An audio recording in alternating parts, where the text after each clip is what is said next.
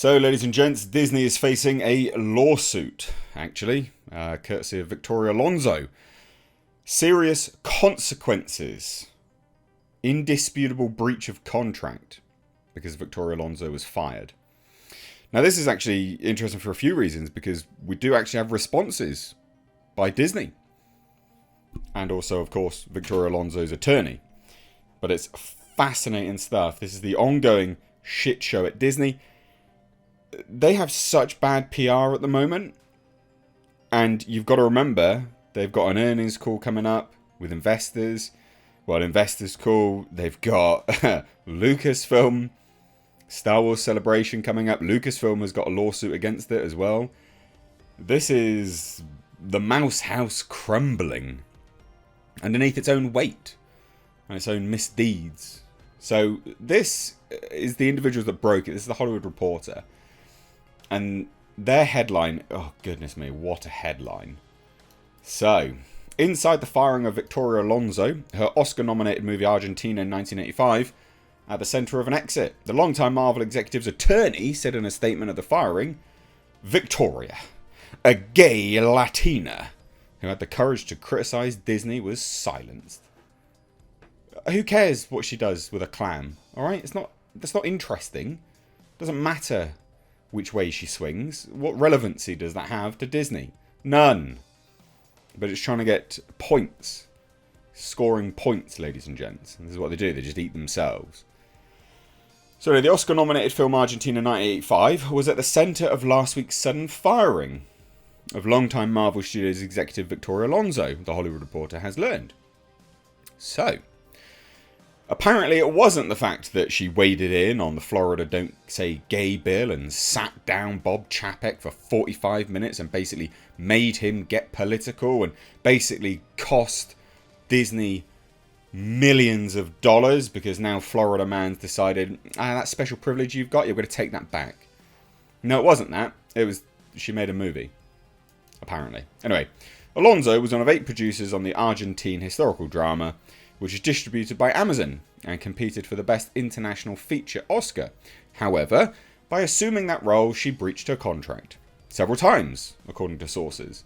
After repeated warnings, the situation came to a head the week after the Academy Awards, and ultimately led to her termination. It was a seismic shake-up at Marvel, where for years Alonso was part of the Holy Trinity, along with Marvel Studios boss Kevin Feige and co-president Luis Despacito, who led the Marvel Cinematic Universe to ever great heights.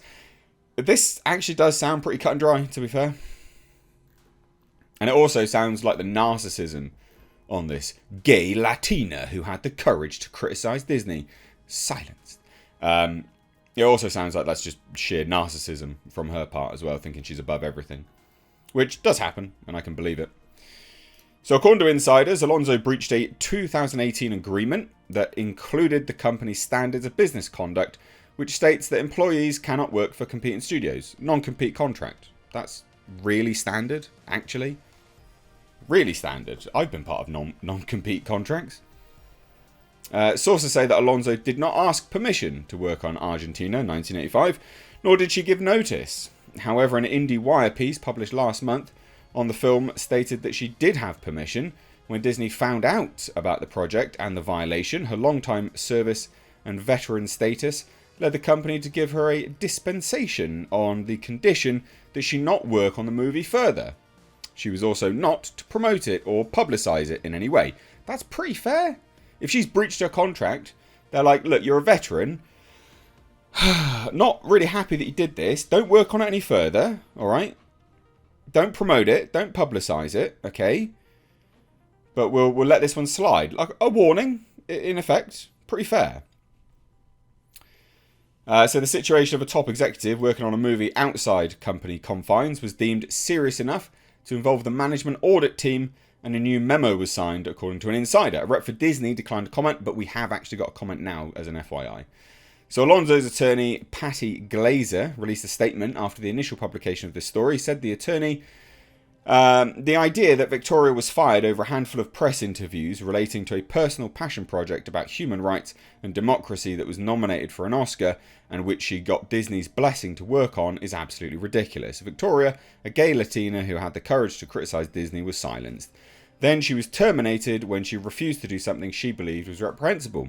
Disney and Marvel made a really poor decision that will have serious consequences. There is a lot more to this story, and Victoria will be telling it shortly in one forum or another. Alright, interesting. I mean, look, that's her flat out denying that this is the case. Fine. But what is being said then? So, Argentina 1985. So, according to sources, right? She was reminded of her agreement and her breach several times, but the campaigning continued. So, she was just doing press screenings, promoting it. You're not allowed to do that. I think this is fairly fair. They've actually been pretty fair about it. Anyway, she appeared on the Oscars arrivals carpet not as a Marvel executive associated with that studio's multi-nominated Black Panther Wakanda Forever, but rather as Argentina 1985's producer, walking with the film's director, Santiago Maita. Also, just as an FYI, it doesn't matter what the project is. It doesn't matter, whether she likes licking, other puss or not. This is completely irrelevant. If you've breached your contract, you've breached your contract. None of these things matter. It doesn't matter that it was nominated for an Oscar. It doesn't matter that it's a passion project about human rights and democracy. It does not matter. It literally doesn't matter. You breach your contract, you breach your contract. Ridiculous. So, yeah, she was reminded of her agreement and her breach several times, but the campaigning continued. So anyway, apparently what riled up Disney executives was that while she was busy promoting Argentina in 1985, her purview over Marvel visual effects as president of physical and post-production, visual effects and animation production, was busier than ever. So they are lumping that as part of it. FYI, Marvel, your visual effects have been shit for a long time, mate. Just want to throw that out there. So throughout the last year or so, Marvel pumped out an unprecedented number of series and movies. A general impression emerged that VFX artists were not being well treated by Marvel, attributed to factors including long hours, drum-tight deadlines, and a lack of singular vision. Just as an FYI, though, that the point is here, right, is that if the VFX artists hadn't spoken out, Marvel wouldn't have cared at all. They don't care. They would have just continued doing the work and just making everyone lap it up because they signed off on all this shit. So, yeah, interesting. There's post-production sources now that are speaking out and says you can only ask a person to stay until 1 a.m. working on VFX shots for so long before things start to break. Another post-production talent says that they have avoided working with Marvel because of Alonso's reputation for being challenging. Wow. Wow. So there's other sources that say being vocal had only increased Alonso's profile within the company. She was asked to represent the company on the board of GLAAD. That's just the team that deems whether you've put enough, gay people in things, I guess, realistically. Utter nonsense. So you have that. And then I'm fairly certain, if I remember rightly, there was a statement, updates by Marvel on this. Unless it was another article. Or unless I am misremembering. But basically, Marvel and Disney are now being sued, basically. Wow. What do we think? What do we think?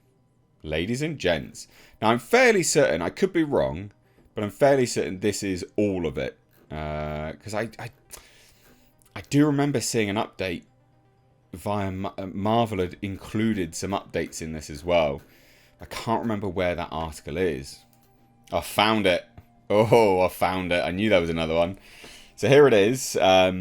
This is a spokesperson for Disney, basically. It's pretty brutal, not going to lie. So, in a statement sent to Variety after the story had published, it's all the same information we've already heard. A Disney spokesperson called the comments by Glazer unfortunate. Glazer is Victoria Alonso's attorney. And they say, it's unfortunate that Victoria is sharing a narrative that leaves out several key factors concerning her departure, including an undisputable breach of contract and a direct violation of company policy. We will continue to wish her the best for the future and thank her for her numerous contributions to the studio. Well, there you have it. Ladies and gents, what do you guys think? Oh, spicy. Serious consequences. This spicy Latina is going to go to town, apparently, on Marvel. But if this is just breach of contract, she got fucking no legs to stand on. She's done. Ah, a long time coming, ladies and gents. Long time coming. But this is not them getting rid of the woke rot. This is just them cleaning house because, well, they can, I guess. You know, downgrade someone's pay, get rid of them, save some money, whatever. Let me know what you think, though. This is hilarious. Terrible PR for Disney. Terrible PR for Marvel. Anyway, let me know what you think. Cheers, guys. Take care.